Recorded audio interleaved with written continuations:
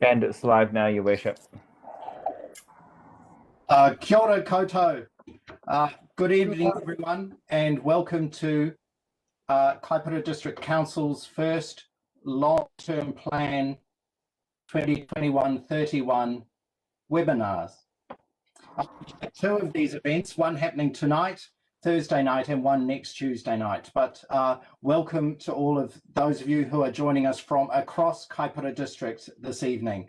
I'm beaming at you live from Matakohi in the centre of the district, and hopefully the internet will hold up out here. So good evening, everyone, and welcome. I'm just going to open this evening's proceedings with a karakia. Kia hora te marino, kia whakapapa pounamu te moana, hei huarahi mā tātou I te rangi nei, aroha atu, aroha mai, tātou I a tātou katoa.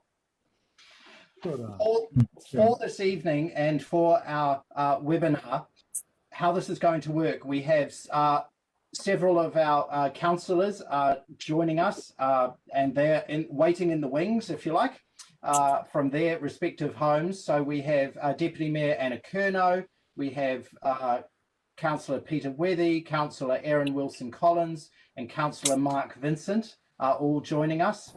We also have two of our general managers of Kaipara District Council with us this evening. The General Manager for Sustainable Growth and Investment, Sue Davidson, and the General Manager for Customer Experience, Darlene Lang. So they are also supported here by the General Manager for People and Capability, that's for all the staff of the Council, Hannah Gillespie. And we also have expert technical assistants with Gillian Bruce, Gavin Dawson and Tracy Dean, who are also helping us this evening. So there's quite a team here, but the person who's going to be fronting this right now is me. And so you're going to have to deal with my technical abilities or not, as the case may be. So what we're going to do now, there is an opportunity for members of the public who are watching on Kaipara District Council's Facebook live feed this evening to pose questions, and so there is an opportunity for those to be coming in, and we will get to those questions later in the presentation. But to start us off, what we're going to do is I'm actually going to talk us through a PowerPoint presentation here, which is summarising the key points of the long-term plan that your council has been working on for the last 12 months. So we're going to make a start on that now. And so bear with me while we do what's called sharing content. So here's hoping this works. Right.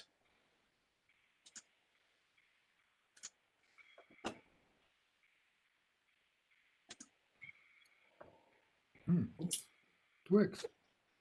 It works. Thank you, Mark. Thank you. So at this point, we have here the summary, if you like, front page for our consultation document, which is named Towards a Better Kaipara. This is the consultation document. Kimihi he ara whakamua. So very important that we start here with one of our great tracks in Kaipara. Right. So we're on our journey. Here we go with slide 2.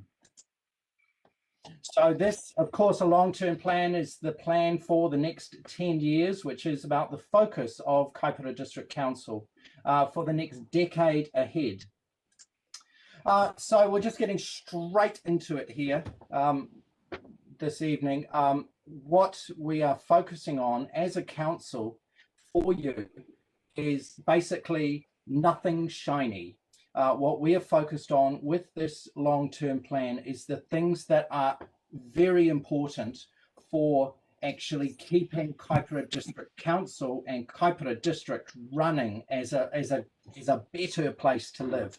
So what you will have heard a lot of in the news media from all around the country is that, for example, water pipes of councils are breaking all over the country. So one of the key things that we are focusing on is that core level of infrastructure for Kaipara District Council. So we are looking, as you can see here on your screen, we are looking for major new investment for our unsealed road network, bridges, footpaths, roads, of course, is the top priority.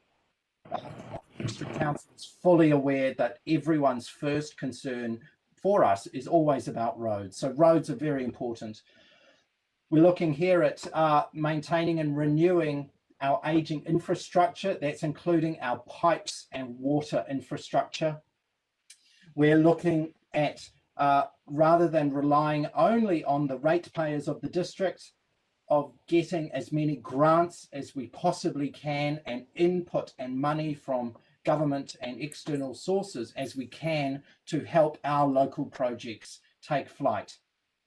And further to that, we're also looking very importantly at spreading the impacts of the financial decisions of the entire period of the long-term plan, so that of a decade, so that just the people in the first years are not particularly burdened.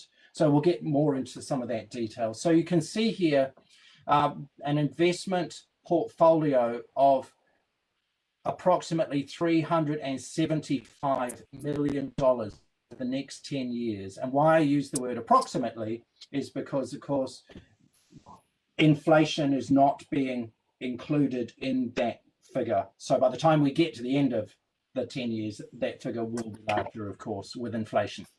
So the headings here are very simple: waste minimization, flood protection, stormwaters, water supply, open spaces, facilities, parks, waste minimization. These are some of the issues and some of the core focus areas that Kaipara District Council is looking to.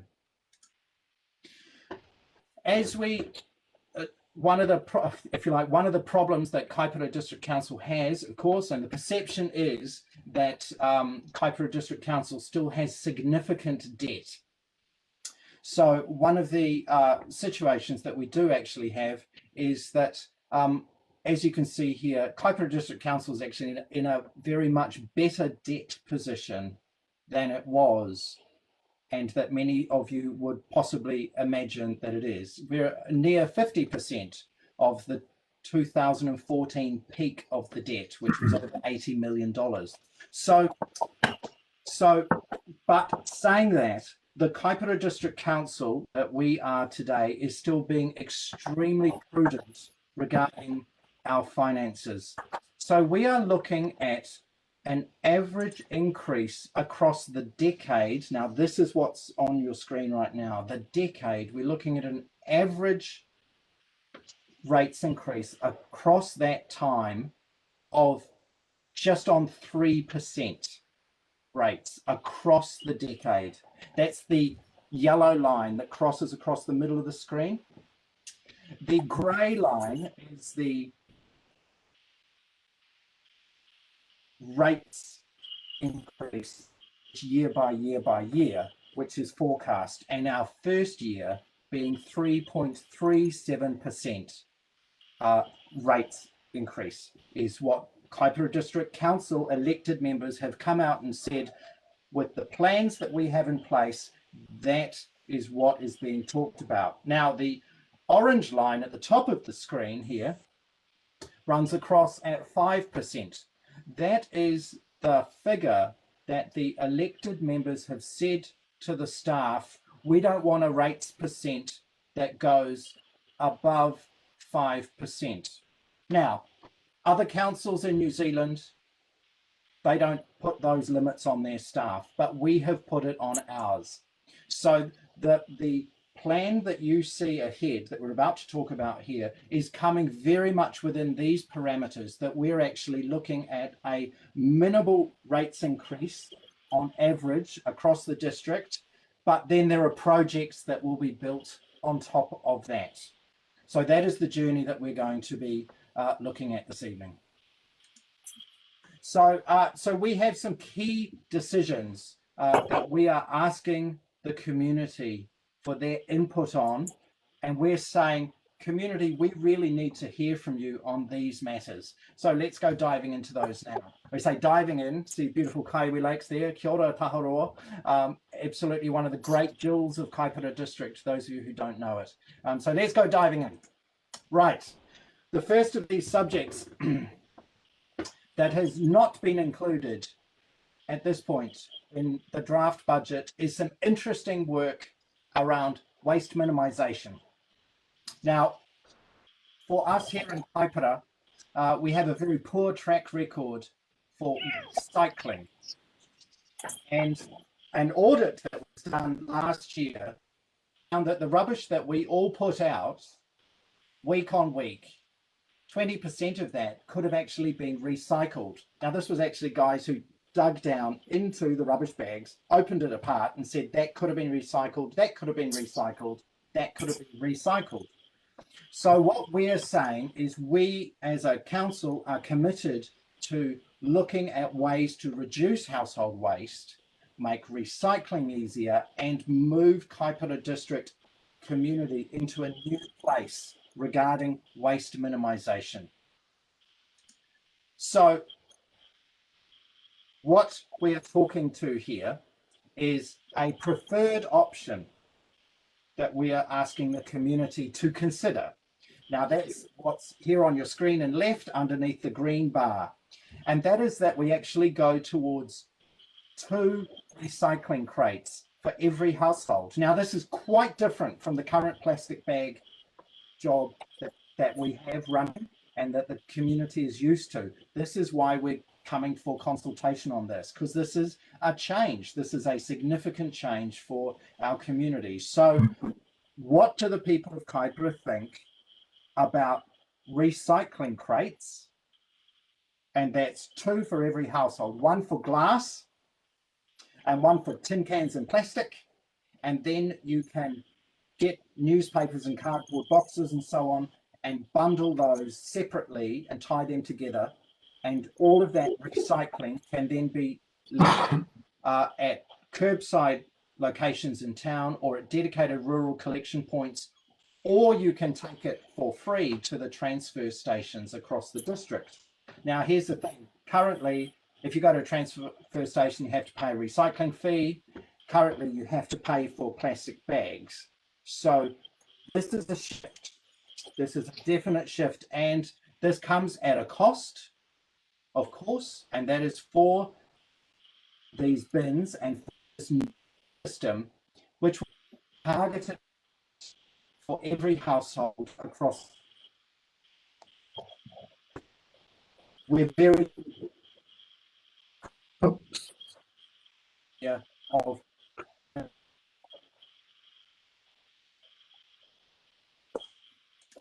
we're moving on now quickly through seven subjects here that we're clicking through regarding the decisions and the extra information that we want from the people of the district.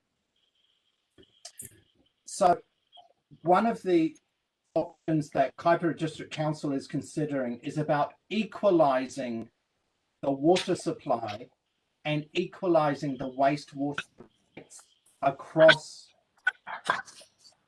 Now at present we have separate individual systems which all receive the same level of service but all pay different amounts of money. Different charge in Mangaturoto for drinking water to Tuckerville, even though they get exactly the service. And as a council,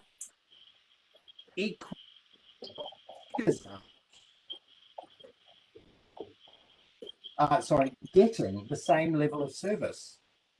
So at this point in time, Kaipara is in a really interesting place because 23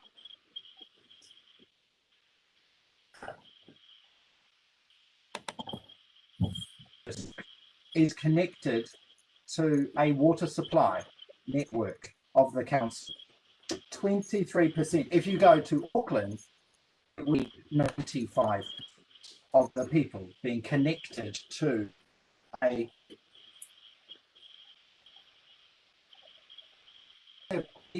only a small connected to our water supply network.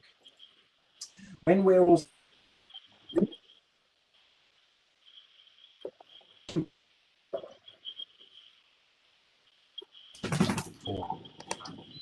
water supply network, but has, of course, a very large wastewater connection network.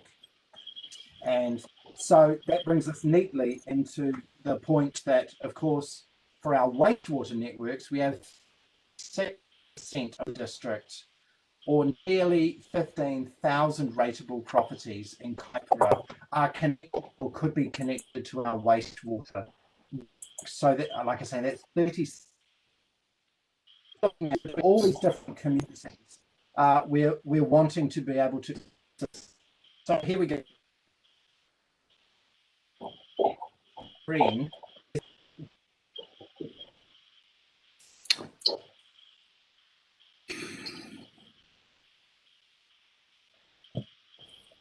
Targeted rates alone.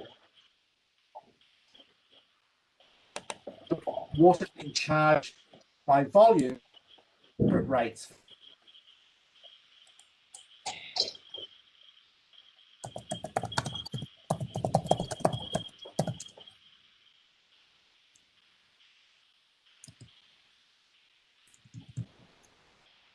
Okay, so it appears that worship is breaking up.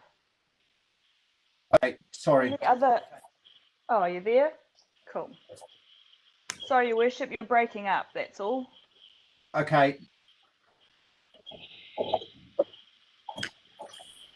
We're just wondering Yeah. if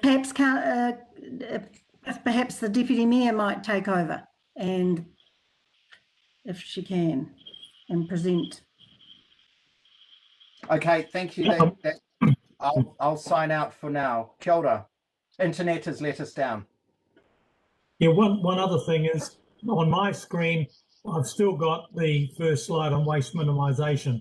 The next slide is in the wings. It isn't coming onto the main screen, so I don't know what other people's are doing. Yeah. Is there a link to the presentation so I can share it from here where I've got a better internet connection? Through the chair, through your worship, Deputy Mayor, I will now share it and happy to proceed, and you can guide me through that. Okay, so if you can start at the beginning again, or start at waste minimisation, the key decision 1. We've dealt with that, so we're on to equalising water supply. So if you can get to that screen, that would be great, Gavin. Thank you. Most certainly. One moment.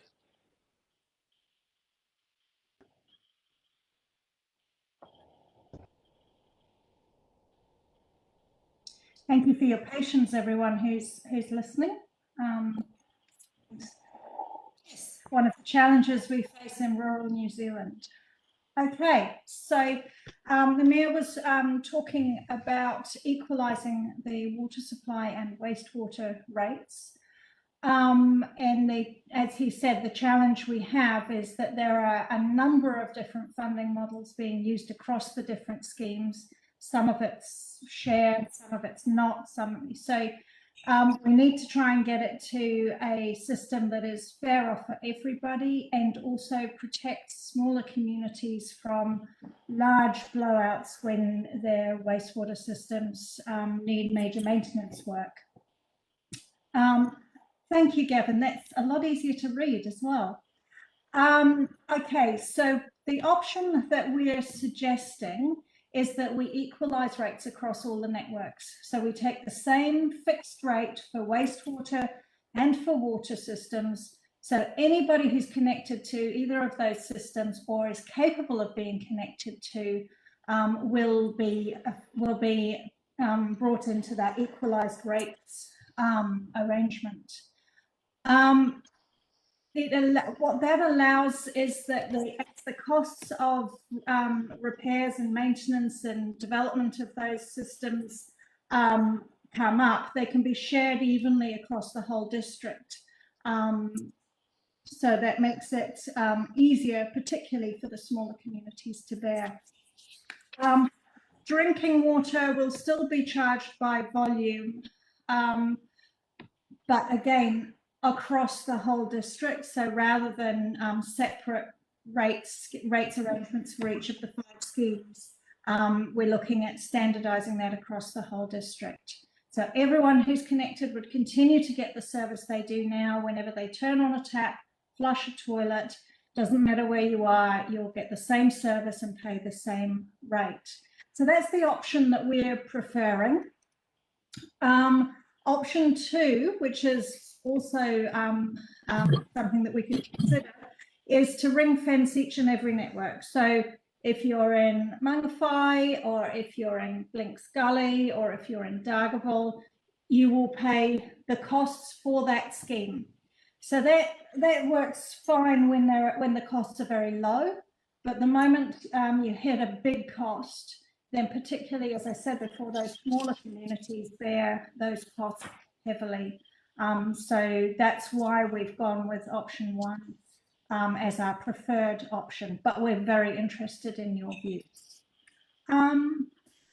Yeah, so following on from water, those that live particularly in Dartable and Bailey's Beach will be particularly aware that they may be connected to a council drinking water scheme, but that pretty much every summer we go into water shortage arrangements, and that does affect the existing businesses in Dartable. We have a big meatworks, Silverfern Farms in Dartable, and every summer they are affected by the water shortage, and that has an economic impact on that community. So what we're looking at doing is connecting up to other water supplies that might enable us to stabilize that. So there'll still be water restrictions, but not to the extent that we're facing at the moment. It's compounded by the fact that the freshwater management guidelines from central government do mean that our ability to vary the consent and take more water from the Kaihu River is reducing. So we're getting more droughts and we've got less ability to take from the river. So yeah, so there's a challenge. So we're looking at securing, how do we secure that water supply? Can we have the next slide, please, Gavin?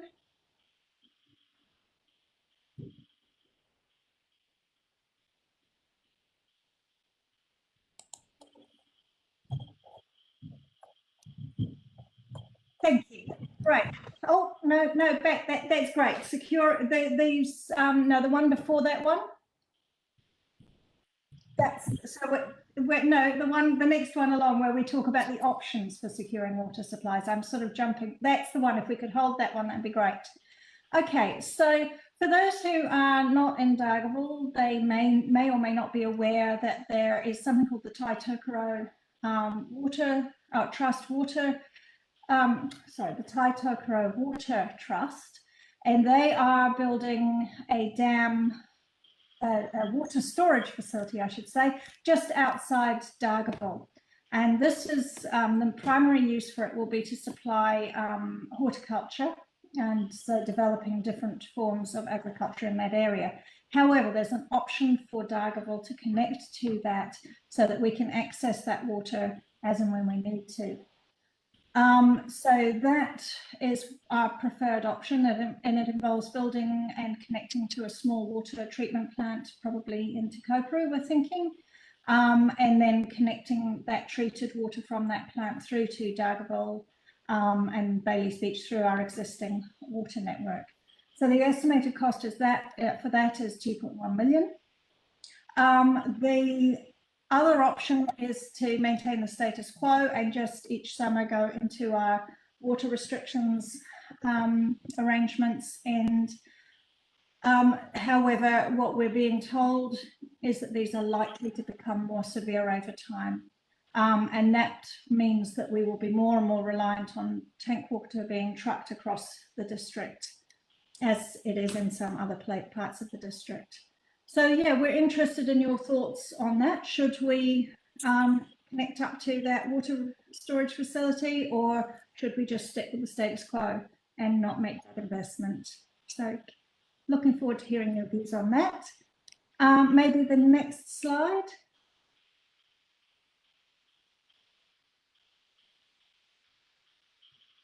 Just waiting for that to come through.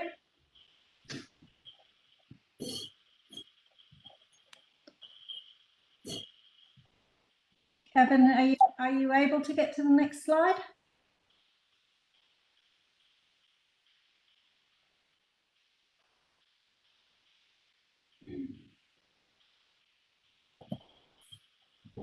I'm sorry, Deputy Mayor. There seems to be an internet issue across the whole district. It's quite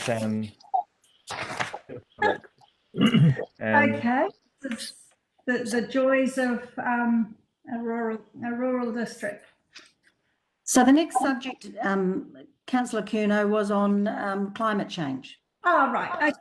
So climate change, I'm sure most people will be aware that climate change is an issue that we are facing. So it is a risk in that it gets worse in the future, but it's an issue in that we are dealing with it right here, right now. We are seeing what I was talking about before, increased droughts, which affect water supply. We are seeing increased storm events, we're seeing erosion in coastal areas, and we're seeing rising sea levels. And so those are all going to have some impact on our district. At some point in the future, they are already having some effect, but the effects will magnify over time. So the challenge we have is that the legislation that we are bound to operate in requires us to do certain things and identify hazards and mitigate those hazards is part of what we're required to do. So we've put together, well done, Gavin, yay. So we've put together some options around how we deal with climate change. We have gone for the lowest, what do they call it? The minimum viable product. So we've gone with the lowest option that we can in order to meet our legal obligations. That gets us started in a robust way, but it doesn't take us very fast along that road. We think it gets us started. You may have different views. So what it does, I'm hoping that the next slide might come up so that I can actually summarize what it does without having to rely on my memory. But what it does is it sets up a climate action plan or a climate action strategy. God, yay, great. So we get a strategy, and we get some work with a couple of communities. So that's the sort of baseline. And we estimate that will cost about 1.5 million over 10 years. What we're also aware of is that in 3 years we review the long-term plan again. So if we feel in 3 years that we've missed the mark and it's just not good enough, then we can ramp it up then at a later stage. So that's one of the reasons we've gone with the baseline right now, because we are operating in a changing environment where there's legislation from central government that's coming through that will also impact on this space, but we don't know what that legislation is. Okay, so option 2, which we decided not to go with as our preferred option, is the same, but it has more action plans. It just has more planning in there, a little bit more work with communities, and that's another 300,000 over 10 years, takes it up to 1.8 million over 10 years. Climate Smart Plus, that's the sort of the gold standard. So that would get us pumping along that road really well. It means that we can work with 3 priority coastal areas in detail, doing what's called adaptive planning pathways. So really trying to map out how those communities are going to be affected and what we need to do over the different stages. So that has a relatively larger price tag, and so we've got 3 million over 10 years. So yeah, really interested in your thoughts about whether the baseline is enough or whether we should be spending a little bit more. If we spend more, so the 1.5 million is included in the sort of package of sort of things that the Mayor talked about before. If we want to go for a higher level of involvement, then there will be some additional costs which will start to push the rates increase up a little bit. But you may feel that that's necessary. So yeah, interested in your thoughts. Right, so the Dartable Civic Precinct. So this is a fairly challenging problem for council in that we've got a number of buildings that are not safe. They don't meet earthquake standards, or they have problems with leaking and asbestos, and they have problems with accessibility. So there are a number of issues with our buildings, and some of it's to do with sort of low levels of maintenance over the years. Some of it's to do with poor design, but the fact remains that we have to do something. Doing nothing is just going to make the problem worse and worse, and we already have parts of the Northern Wairoa and the War Memorial Hall that we can't use because of the leaking and mould issues in those spaces. The Dartable offices that you'll all be familiar with, the brick building, that is full of asbestos, it is leaking, it has cracks. The new part of the building is leaking quite seriously, so we have to do something. So we've looked at a range of options, and this has been several years of investigation to try and come up with what our next steps will be. So what we want is that our council buildings are safe, usable, and financially viable. They're not at the moment, and we have to do something about it. So if we can go to the next slide and look at the options. So the option one that is our preferred one is that we develop a civic precinct. So a civic precinct is really a place where the library, the council buildings, maybe some social services, the cinema in our case, maybe some community organisations are all together creating a civic environment that's all coordinated together. So we're looking at doing that in Dartable, and to do that with the Northern Wairoa War Memorial Hall, the town hall, we have to demolish the leaky annex because the cost of repairing it outweighs the cost of demolishing it and reinstating the other two hall side buildings. So there's that part that needs to go, and then there's a bit of sorting out to make that work without those parts of the building. And then there is what do we do, and how do we build a new space there? And one of the things, as the Mayor was talking about earlier on, that we're looking at the ways to get clever about how we fund these things. So rather than council trying to get money from the ratepayers, because that's the only place we get our money, to build the civic precinct, we're looking at setting up a community trust and supporting them to build that civic precinct. Now they can apply for money that we can't, and that's a model that was done in Kaipara and has been very successful. So that's what we're looking about for the Northern Wairoa War Memorial Hall. And then with regards to the brick council building, we've already made the decision to move the staff into the NRC, the new NRC building that's being built. And that has various reasons. One, it's a better working environment for the staff, and having a good working environment is important if you want to attract good staff, attract and retain good staff. And two, it also means that we can work more closely with the NRC staff on NRC related issues, so or on issues that affect both of us, and it makes it easier for our constituents as well, because if you a lot of people don't know what the difference is between a regional council issue and a district council issue. So you can come to one place and we'll help you sort it out. So we'd already decided to do that, which leaves the question of what to do with that building, which, as I said before, is leaky, got serious structural issues, and is full of asbestos. So we have to do something. We looked at trying to sell it.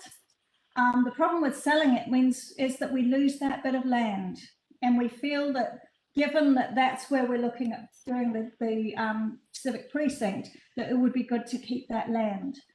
So selling the building, also the amount of money that we would get for the building in its current state is minimal. And to repair the building and get it up to a state where we would get something better, just is the costs just outweigh the benefits. So the best thing the best advice that we've had is that the ideal is to demolish that building, keep the land, and then we have the option to use that land in the future.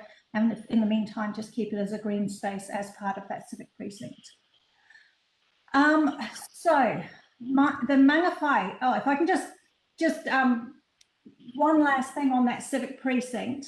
The other issue that that is part of that equation is the Dartable library needs to get a new home. It needs a better home. And so we would look at including the Dartable precinct, including the library in this Dartable civic precinct. Okay, so we're interested in your thoughts on those. Moving on. Okay, Mangawhai library relocation. So Mangawhai's population has grown phenomenally over the last few years, and we currently have a lovely but very small library staffed by volunteers in Mangawhai, and we need to do better. There are standards that we have to try and meet with regards to delivering these kinds of services, and we're not meeting them at all in Mangawhai. So we're looking at what do we do? So the idea is to start looking for where we might put a new library. So as part of this long-term plan, we look for a location, and then if we've got a good location, by the time we get to the next long-term plan, then that's when we look at how do we fund building it. And then, yeah, we might have different options than are available to us now. So the main thing here is about that. Wow, have I run out of time? Is that what you're trying to tell me, Gavin? Yes. So anyway, so we're interested in your thoughts about the Mangawhai library relocation. Oh, we're back. Thank you, Gavin. Is there another slide on that with options, or is that the only one?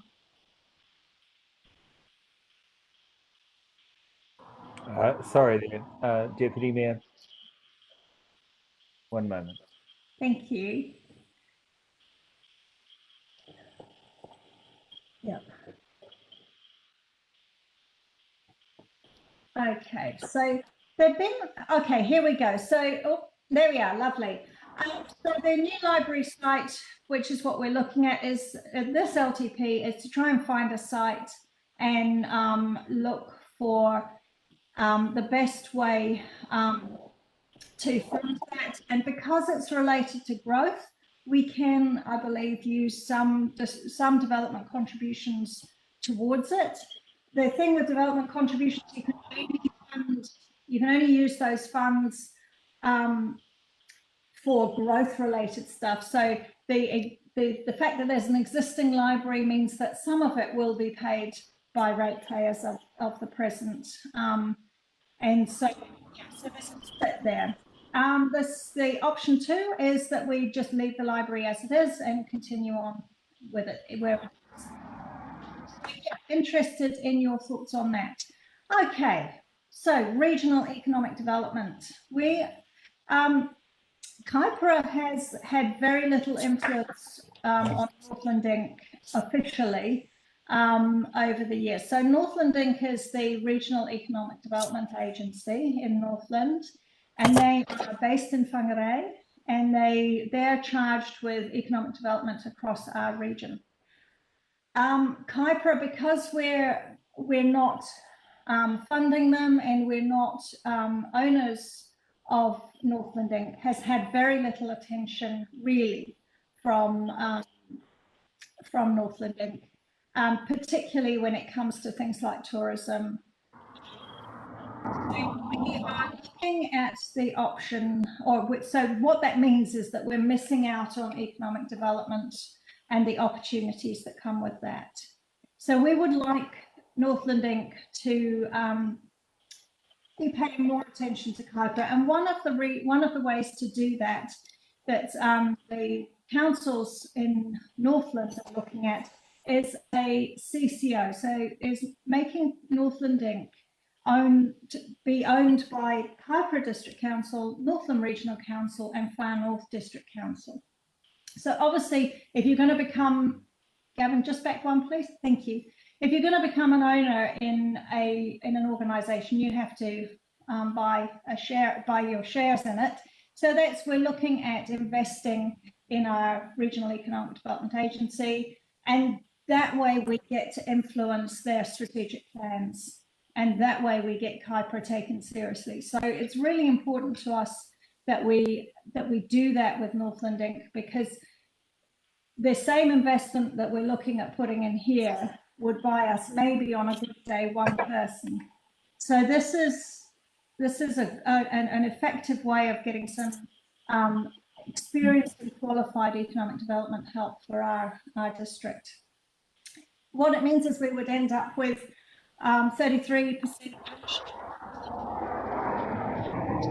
Great new opportunity, and we've already budgeted this in the 3.37 rates increase.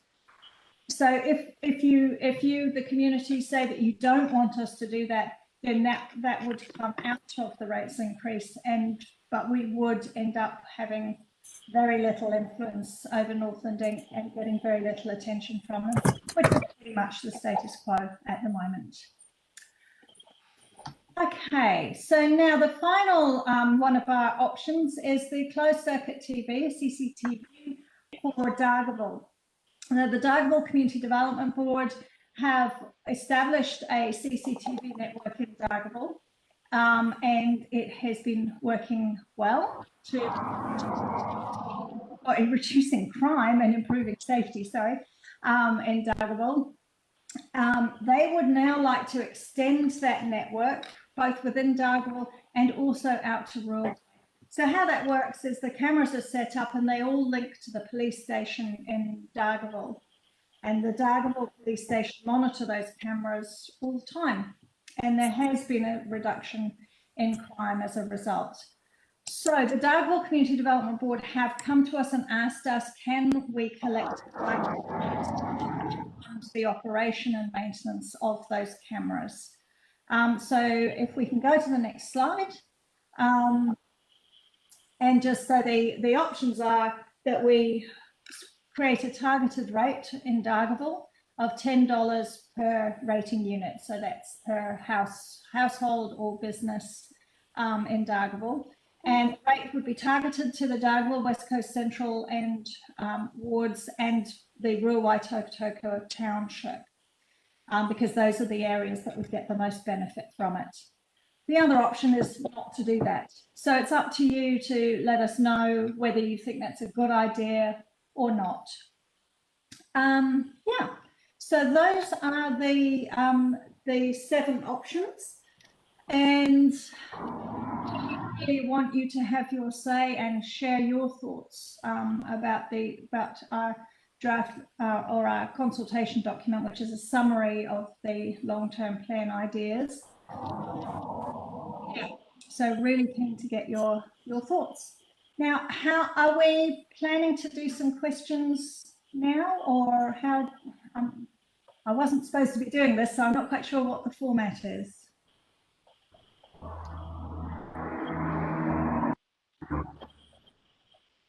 Can anyone answer that? Councillor now, can you go onto the open chat?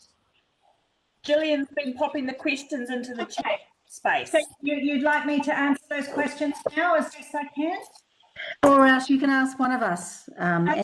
And I think there's a question there that I saw. Aren't we getting our water from Kaihu? And isn't that a secure supply? And I'm Could happy you to. answer that, Sue? That'd be great. We do in Dartable, not only from the Kaihu. My understanding is, I think, Rotu. Is there a river up there? Darlene will know. There's two rivers. But the problem is when there's a drought on, the levels of the rivers fall, and NRC will only let us take out a certain amount. So we need to get a better supply for Dartable if we want to have, if you don't want to have as many restrictions. So and so that's the issue. So when it gets to a drought, we usually go below the level that we're allowed to take out, or on the level, and we have to make restrictions. Great. Okay, so there's been another question apparently about sporting facilities. And perhaps Darlene, you might answer that one because you have some thoughts, I believe. Yes, cool. So we are currently working on a Kaipara space 2021-2030, which will help us to hear what the community's needs are around sporting facilities. And we have made some assumptions in the LTP with some money set aside for some of our parks and reserves. But yes, so that's being worked on at the moment, and we'll come to a council meeting and council briefing in April. Great, thank you. So there's a question about work being done on the roads. Now I'm just wondering if anyone wants to field that question in particular. That might be one that we haven't got anyone here who can answer that one. Just trying to see, what does it actually say? It just says, what work are you doing on the roads? Okay. So we do have some in our FAQs too. So it's got in our draft financial planning, we've allocated just over $200 million over the next 10 years on transportation. The decisions around grading are operational or capital, and this work is managed by staff based on the strategic asset management plans and the activity profiles. And they're on our website and give a broad overview of the work that is planned in that space for the next 30 years. Yeah, so if the audience wants something a bit more simpler as to what's in our plan, then you go to the long-term plan on the website. You'll see that you've got the consultation document there, you've got source documents, and then you have some other documents. And one of those other documents is key or major projects over the next 10 years. And it will detail all the larger roading projects there. And it's got a list of all the projects in the differing areas. So that would be helpful for the audience to have a look at. Would it be possible maybe to put that link up on our Facebook page at some point so that the community can have, just with a little comment about, if you're interested in roading, look at this document? Through the chair, I'll be putting this presentation online shortly after this, and then given the technology issues, I will, on behalf of the governance team, we apologise. And we'll put that out shortly before the sun goes down. Councillor Vincent, you have a question? Well, we could also add to that story the fact that the $8 million, which was promised to us just over 2 years ago at the Otamatea Marae for the upgrading of the unsealed roading network, is about to start being spent, and will be spent over the next couple of construction seasons. And that should have a significant impact on the quality of people's experience driving our country roads. Yeah, and just to be clear, it was promised to us 2 years ago, but it took us almost 2 years to get that contract landed and signed and confirmed. So it's not that we've been sitting on our hands doing nothing for 2 years. So to be clear. A tribute to the perseverance and determination of the staff involved, I believe. Absolutely, absolutely. It was a long road and bumpy road, but we got there. Okay, so the next question is, will the council be introducing wheelie bins? And I think I can answer that one. The answer is unfortunately no. The wheelie bins are very expensive. And so we are looking at recycling crates, because the other issue with wheelie bins is that it encourages people to put all their rubbish in a wheelie bin, so they don't separate out their recycling. So we're sticking with recycling crates to try and encourage people to get as much out of those blue bags as they possibly can. However, there is always the option to go with a private supplier. So if you want a wheelie bin, you're most welcome to go and contract with a private supplier. So I hope that answers that question. How will the government's Three Waters program affect the waters proposals? Now, isn't that the $1 million question? We don't really know. Sue, do you have anything you want to add to that? We don't know what the impact is at the moment, and because central government haven't made it clear. And what we believe is it's going to take some time for the new organisation to become established. And so at the moment, we're taking the stance that it's unlikely to change at the moment, and especially since the money required to support our water and wastewater is likely to be at least the same. So whether it's district council or some other agency, somebody's going to be doing the work, and the ratepayers will still be paying for the work to be done. That's right, and the work is still going to be similar, so it should cost at least what we're charging. Yeah, because we're pretty efficient mostly. That's right. Okay, next question. Why are you spending money on council buildings when there are much greater needs? Anyone want to field that one? Yep, I can field that one.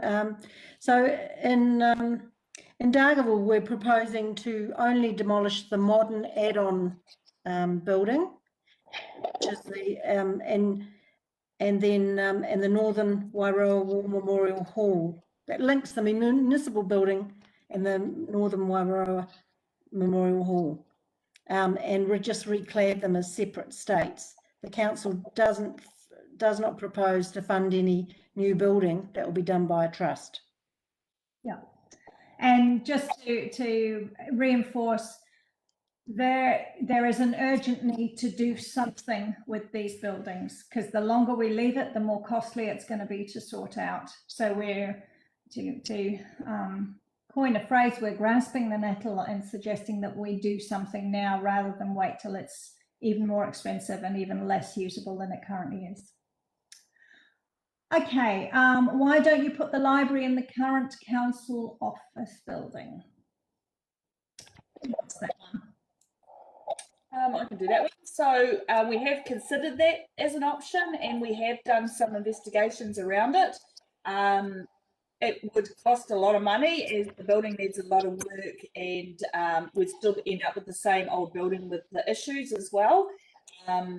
So we think it's better to look at that whole new hub facility around having the library and other community hub type offices and that in the one place. And we've had a look at some of the other models in other places, and it's worked quite well. Okay. And are we able to share with the community what the estimate of costs are to remediate that building, the red brick building, to get it up to a library standard? Oh no, I don't know that off the top of my head. Sue, do you remember what those? No, I haven't got that. Our property manager would have that. Yeah. But it's something that we can get for the next meeting, so that we. Okay, that'd be great. That was, yeah, just by way of letting people understand why we're making the recommendations that we are. Why are we choosing the lowest option for climate change? I'm hoping that I covered that in what I was saying, but it does get us started. It does keep us legally compliant. It gets us on the road, and it gives us the opportunity to get on with the job. And in 3 years' time, we have the opportunity to review that decision. And if we're not doing enough, we can ramp it up. So that's we've gone with the lowest option. However, if the community think we should be doing more, we're very happy to look at that. Water equalisation. What does capable of being connected mean? I'll answer that. There probably is a legal answer to that, which our rating revenue officer will know. But basically, my understanding, it's capable of connecting if you're within. So if you've got land and you're 30 metres away from our reticulation. So then you're capable of connecting, and that land or section will receive 75% of the sewer rate as an annual charge. And if I'm right here, that's on the premise that there is an addition to the value of that property if it is capable of being connected. So it gives you access to better services. So that's why even if you're choosing not to connect at this point in time, you do have access to it. So it does increase the value of your property. Okay, water equalisation. Will those of us not connected to any wastewater scheme have to continue paying for the blowout on the Mangawhai scheme? That's one for you, Sue. Right, okay. So in the beginning, back in 2010, there were 3 lots of debt. One was for the existing community, and they either paid a lump sum or they paid a targeted rate. And some of that debt relating to the targeted rate that's being paid off over the next 20 years, because that's how long it's still got to go, is still outstanding. But that's charged on certain homes who were the original ratepayers in the district when the scheme was constructed. The second lot was $20 million that basically every single ratepayer in the district was obliged to contribute to. Since in the last 3 years, the council has been selling land, a lot of forestry land, a lot of other land it's had, and we've also, any profit that we've made or surplus that we've made, we've reinvested back into the loans so that loan has been completely repaid and doesn't exist at all. So that's really good news for the ratepayers. The third part is the debt that relates to growth, and that's going to be paid off in the future by development contributions that we're getting in each year. So the Mangawhai debt there's no Mangawhai debt being charged to the general ratepayer or to the Mangawhai ratepayers who paid up their share when their houses were constructed or their sections were subdivided. But what is being proposed is putting together all the costs of all schemes, of which the Mangawhai scheme is expensive operating costs, but other schemes have debt. So Mangawhai is actually going to be paying other schemes' debt. Okay. So then that's part of the equalisation. That's right. Anybody want to add anything else to that, or are we good with that? Okay. Next, we've talked about the water supply and we've talked about climate change. We've talked about the libraries. Somebody's asked, are libraries a service of the future? So presumably they're questioning our thoughts about investing in libraries altogether. So my thoughts on that, and Darlene may want to join in. Does it come under you, Darlene, libraries? Yes. My thoughts are that libraries are evolving. So, they're not just the dusty old repository of books. There's a whole lot of services that libraries are offering now. And Darlene, you might like to summarise some of those. Yes, absolutely. We're always looking at new ways of moving into the future with e-books and e-magazines and the Chromebooks, and also the fact that we want it to be a hub and a community space as well. So yeah, we're always looking at different opportunities and trying to move with the future. Mhm. And having spent a bit of time in the Dartable Library, it's a centre for kids doing homework as well. So yeah, there's a lot of work going on in that space. Right. So I think that's the question. we've answered pretty much all of them. Is there anything else? Through your Deputy Mayor, thank you for taking on this, taking on the mantle for His Worship the Mayor, Dr. Smith. We have been scheduled to finish just on time. So I would invite you maybe to seek some closing feedback and maybe close with the karakia, and then we can proceed on. Okay, right, I'll just find my karakia. There we go, and see if I can read it because the light's gone because I didn't put the light on before this started, so it's getting a bit dark here now. So before I get to the karakia, I just want to thank everyone for attending, both the members of the public who are showing an interest in our long-term plan consultation, which is great, and also to the staff who are here outside normal working hours and have done a great job of answering questions and keeping us on the road. Thank you very much, Gavin, for keeping us going. And also to my fellow elected members for being here and taking this very first opportunity to listen to what some of the concerns are from our communities. For those who are interested in finding out more, and I recommend you do, go to the website and have a look at all the documents there. There's the consultation document, and then there's a lot of supporting documents. So you'll find most of the answers to your questions there. Or you can attend any one of our other consultation events, which are all listed on the website as well. So we're having some market days, we're having more of these. And if you want to just ring us up and talk to us, you're most welcome to do that too. But yeah, the website is a good starting point. So thank you all, and I'll close with the karakia. Kia tau ngā manaakitanga a te mea ngaro. Ki runga ki tēnā o tātou. Kia mahia te hua mā kihikihi. Kia toi te kupu, toi te mana, toi te aroha, toi te reo. Tihe Māori ora. Māori ora. Yeah. Thank you, everyone.